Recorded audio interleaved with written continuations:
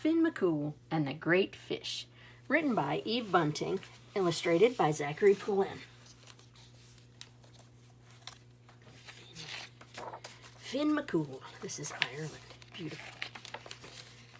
Finn McCool was the biggest giant in all of Ireland.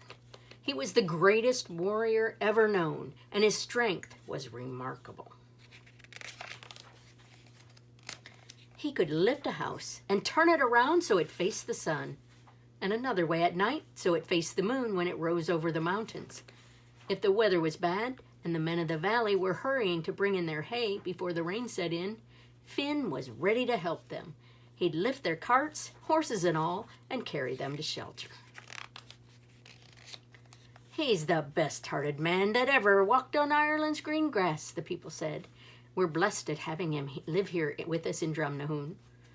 But they were agreed on one thing that was seldom mentioned. Finn wasn't terrible smart. "He's a bit of a turnip head," they'd whisper sometimes, and they'd smile affectionately. "He doesn't know much, but he's a great big man for all that." One day, Finn heard the whisper, and he knew it to be true. In the nearby townland lived an old man who was said to know the source of great wisdom. It was said he had promised to reveal it only to the right one. He was a bit of a mystery, staying sometimes in his house and at other times disappearing for weeks on end. Many a man and many a woman had tried to be friends with him, to wheedle the secret of knowledge out of him. Simon the baker had brought him fresh baked soda bread, the butter already thick on it. Bertie O'Hanlon brought him a white hen, the best layer in the village, so he could have a fresh egg for his breakfast of a morning. Bridie Mulligan brought him a barrow load of turf that she cut herself in the bog, "So you can have a warm fire these frosty nights," she purred. He thanked them all for their kindness, but he kept his secret to himself. It was the day after Bertie's visit that Finn came to him. He couldn't fit in the house, so he sat outside, his hands resting on the roof. "Old man," he called, "it's Finn McCool, and I've come to ask if you'd share the secret of wisdom with me." The old man came out, and Finn got down on his hunker so they could see each other right. "I know who you are, and I was waiting for you to come," the old man said. "I know you're good and kind as well as big. I know you're a great warrior and a friend to Ireland. I know you beat the giant Cuchulainn and saved Ireland from the Scots. But I need to ask you one question. With all that you have, why do you need wisdom?"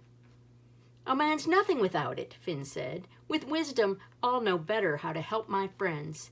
I'll be able to answer their questions, and where now I can only shake my head. If I was wise, I could speak for Ireland when the need arose." The old man nodded. "You're a giant now and a good man, but you'll be more with the grace of wisdom added to you. So listen. In the River Boyne there lives a fish, a great salmon, the red of the sky at sunset. In him is the wisdom of the world.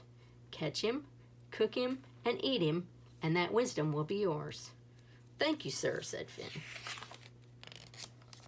2 strides took him to the River Boyne. He dropped in his line, and there were fish in the cool, gurgling waters.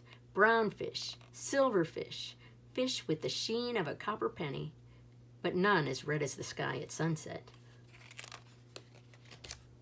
And then Finn saw the great red salmon swimming lazily upstream. "Gorra," Finn thought, "it's as if it's looking for something." The salmon swam around the line, then took the bait and the hook. The River Boyne tossed and tumbled as Finn pulled the fish ashore.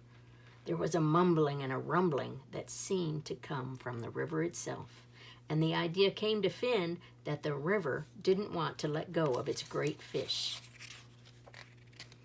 "I'm sorry to take it, but I'm after the wisdom," Finn told the river.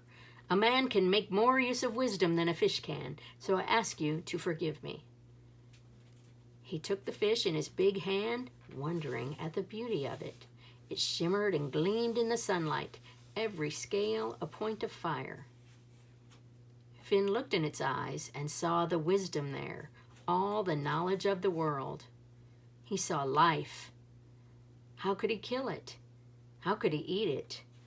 The thought made him shudder, and he spoke to the fish. You have the wisdom, and I wanted it, but not if I have to sacrifice you, he said.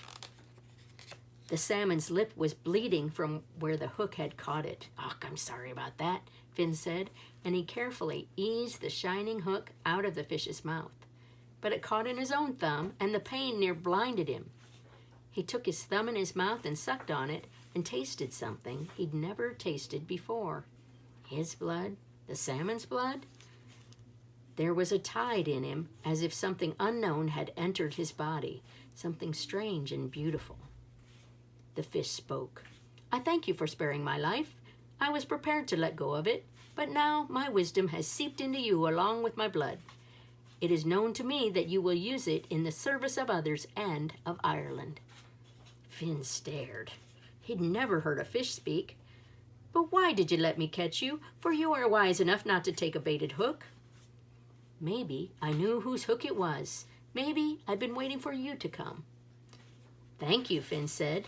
I will use the gift well. Gently, he laid the salmon back in the river and watched as it swam away. Was it a lighter shade of red now?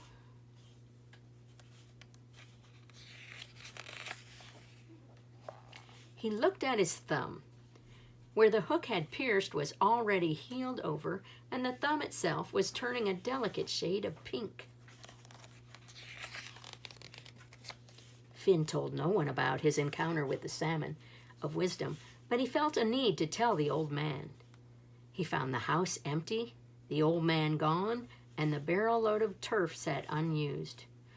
The soda bread on the kitchen table was uneaten, and the eggs in the hen's nest were ungathered. But on the path was a glittering trail that might have been fish scales, every one a point of fire.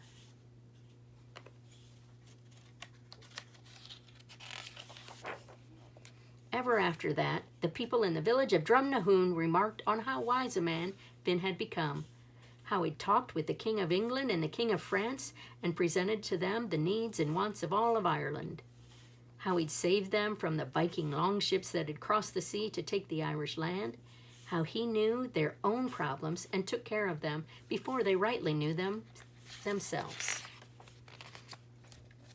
But still, he's the same good old Finn he always was, they agreed. Isn't it a puzzle, though, the way he sucks his thumb when he's applying his mind to something?